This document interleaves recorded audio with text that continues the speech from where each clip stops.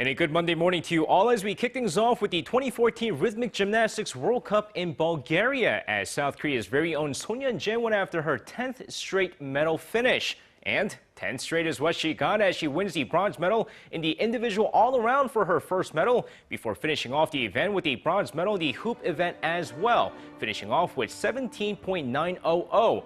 Now, her individual all-around medal finish is just her second medal since the Lisbon World Cup in Portugal back in April, as she hopes to continue her success going into the 2014 Incheon Asian Games in September. And speaking of third-place finishes, let's now move over to figure skating, where the 2014 Figure Skating Asian Trophy took place over the weekend in Taiwan. And with the Korean figure skating fans looking forward to post-Kim Yeon-a's success, 17-year-old Park So-yeon is looking pretty promising. Now, after scoring a subpar 49.20 in her short program, she comes back strong in the free skating performance, scoring a 111.29 to finish off in third place with their overall score of 160.49 points. Now, she continues to show a promising future as she previously finished in 9th place during the World Championships back in March. And shifting over to Sunday's K-League Classic action, we had a couple of matches take place as Incheon United defeated Gyeongnam FC 2-0, with Suwon also shutting out Jeju United 1-0. Meanwhile, let's take a look at the highlights between FC Seoul and Busan I-Park. And of course, going into the match here, not the most exciting first half of the match as both teams go scoreless, despite a couple of chances as the match goes into the second half 0-0.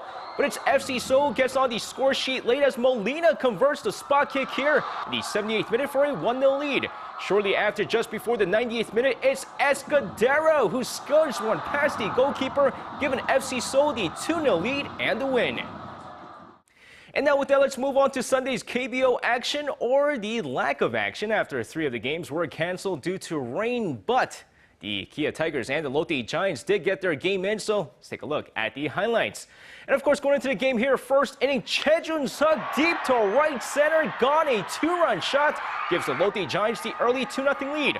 By the bottom of the inning, it's Brett Pill who answers back with a 2-run shot of his own, and we're tied 2-2.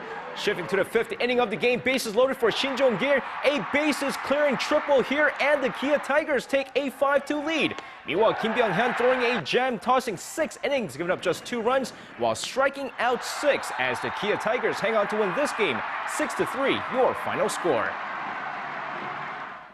And now finishing things off in the majors, despite a rather disappointing season so far, Choo Shin-soo of the Texas Rangers hit a milestone on Saturday after hitting his 1,000th hit of his career.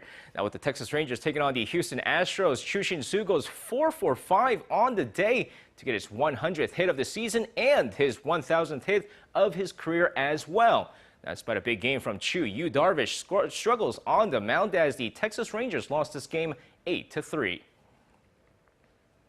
And that's going to wrap it up for me. This has been SJ. Have a great rest of the day, and see you guys again for your sports needs.